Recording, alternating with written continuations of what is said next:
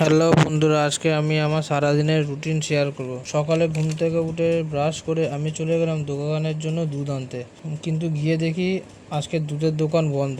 আজকে আর দুধ বিক্রি করতে পারবো না। হ্যাঁ, আমার একটা মুদি দোকান আছে। বাড়ি ফিরে এসে চা খেয়ে চলে গেলাম স্নান করতে। স্নান করে রেডি হয়ে ব্যাগটা গুছিয়ে নিলাম, তারপর রওনা দিলাম দোকানের উদ্দেশ্যে। হ্যাঁ, আমার একটা হার্ডওয়্যার্সের দোকানও আছে। আমার এই দুটো দোকানে অনেক বড় গল্প। আমি পৌঁছে গেছি দোকানে। হ্যাঁ, এটাই আমার দোকান।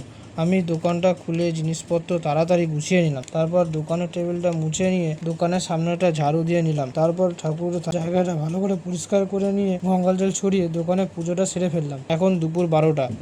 আর কি গরম লাগছে। দোকানে এখনো ইলেকট্রিক কানেকশন লাগানো হয়নি। উপরে টিনের ছাদ আর সামনে মেন রোডে গরম হাওয়ার পুরো অবস্থা খারাপ। তাই আজকে তাড়াতাড়ি বাড়ি চলে এলাম। বাড়িতে আসতেই দেখি আমার জন্য লেবুর জল করে রেখেছে। তাড়াতাড়ি জলটা খেয়ে তারপর চলে গেলাম আমাদের মুদি দোকানের জন্য জিনিসপত্র কিনতে।